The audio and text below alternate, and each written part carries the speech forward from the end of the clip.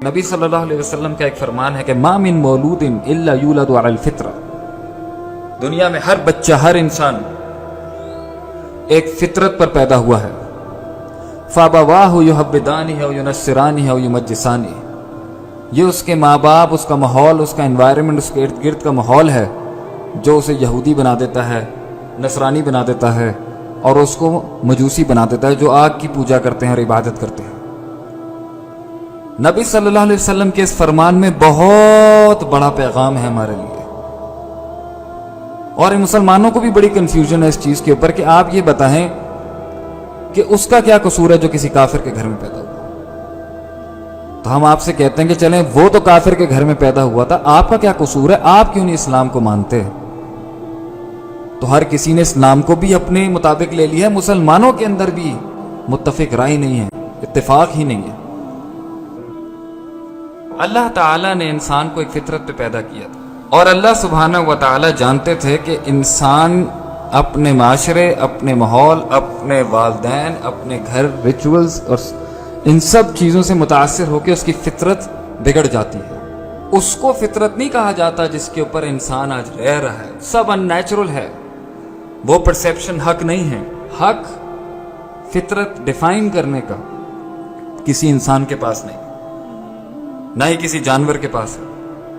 کچھ لوگ کہتے ہیں کہ انسانی زندگی جو ہے اس کو کپڑے ہی نہیں پہننے چاہیے. کیوں؟ کیونکہ جانور بھی تو اس دنیا میں برہنہ اور بغیر کپڑوں کے گھومتا ہے.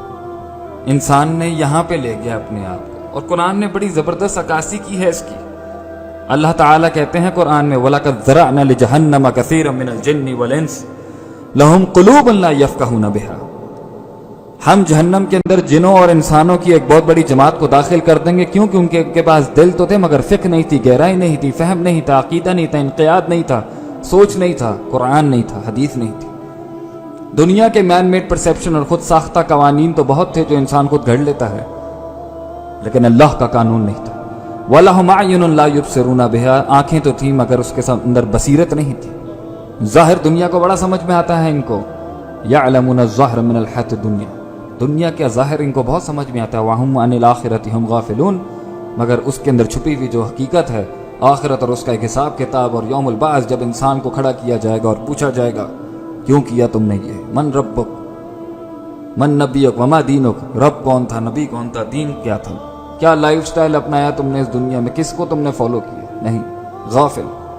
وَلَهُمْ آذَانٌ لَا يَسْمَعُونَ بِهَا، اور ان کے پاس کان تو تھے مگر وہ نہیں سنتے تھے جو حق تھا سننے کا، اللہ کی بات.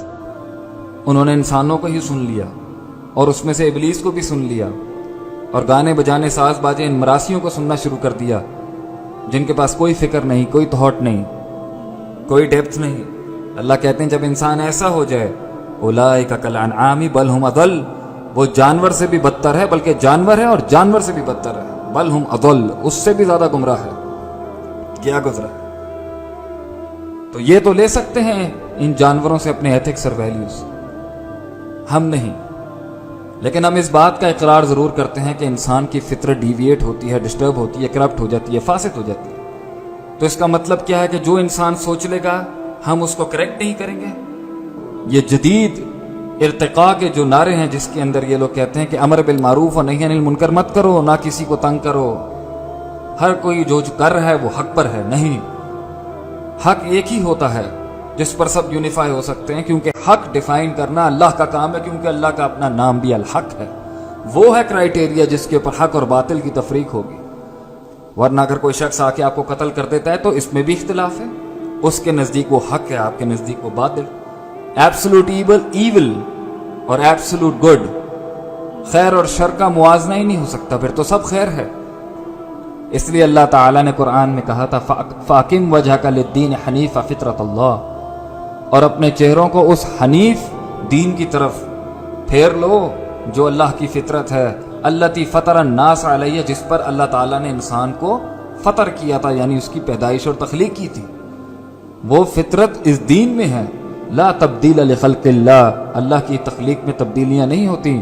ذالک الدین القیم، اور یہ ایک قیم اور ایک مستقیم دین ہے. ولکن اکثر الناس لا یعلمون، مگر اکثر انسانوں کو یہ بات سمجھ میں نہیں آتی.